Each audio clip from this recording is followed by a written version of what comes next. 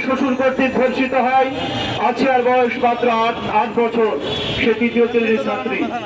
আমাদের সামনে উপস্থিত আছেন জিয়া সাংস্কৃতিক সংগঠনের অন্যতম সভানেত্রী, বিশিষ্ট চলচ্চিত্র অভিনেত্রী রিয়া খান।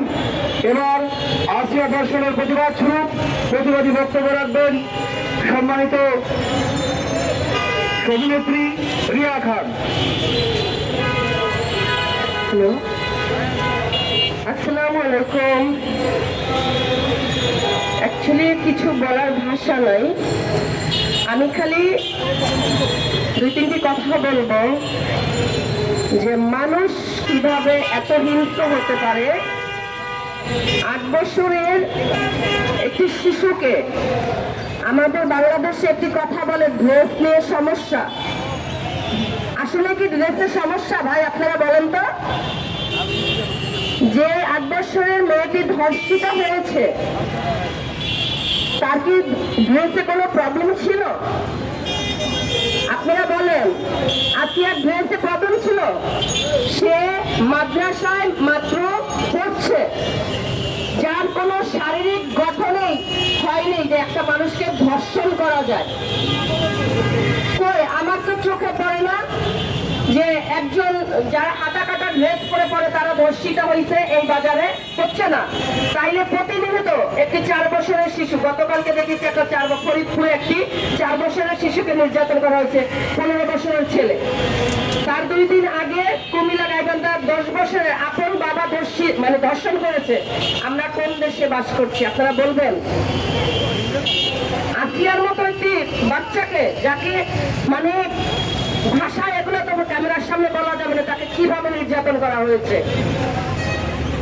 আমার প্রশ্ন একটি এই জনগণের সামনে, যে এরকম আর কত আসিয়া, মানে কত আসিয়া এরকম ধর্ষিত হবে? আপনারা জানেন, আমরা সন্ধ্যার পর এখন রাস্তায় বের হতে ভয় পাই যে এই মনে হয় আসিয়ার মতো আমাকে কেউ তাবলা মারলো, পিছন থেকে মনে হয় কেউ ছুরি মারলো, পিছন থেকে মনে হয় কেউ চুলের মুঠি টান দিয়ে বের করে নিয়ে যাচ্ছে, এরকম মনে হয়। বের হতে পারছি না, আজকে ৪-৫ দিন ধরে ঘুমাতে পারি না। মানে শুধু আসিয়ার ইটা মানে চোখ বন্ধ করলে মনে হয়, মানে এই মনে হয় কাকে জানি আসিয়ার মতো আরো কাউকে জানি দর্শন করছে। কিভাবে সম্ভব?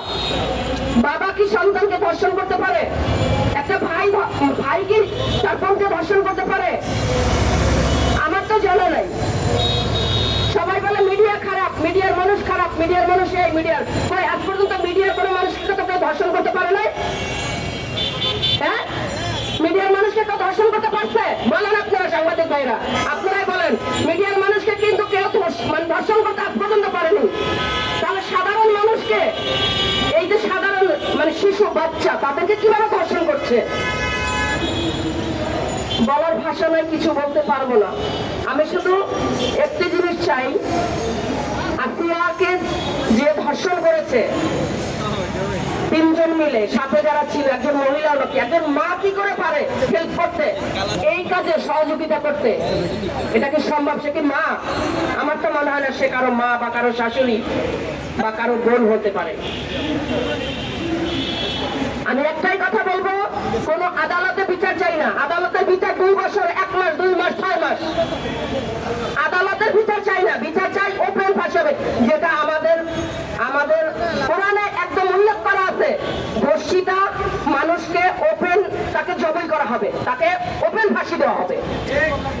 হ্যাঁ, মানে আমরা দেখতে চাই তার কল্লা আলাদা হবে, মানে তাকে ওপেন ফাঁসি দেওয়া হবে, ওকে তাকে জবাই করা হবে জনগণের সামনে। আমরা এটা দেখতে চাই।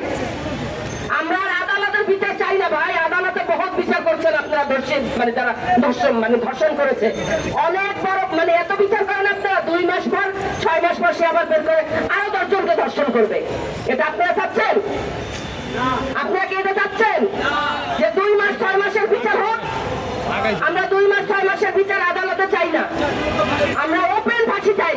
আমরা মানে শুনেছি যে তত্ত্বাবধায়ক সরকার নাকি বলেছে 90 দিনের সময় যাচ্ছে। কিসের 90 দিন? আমরা 90 সেকেন্ড সময় চাচ্ছি না।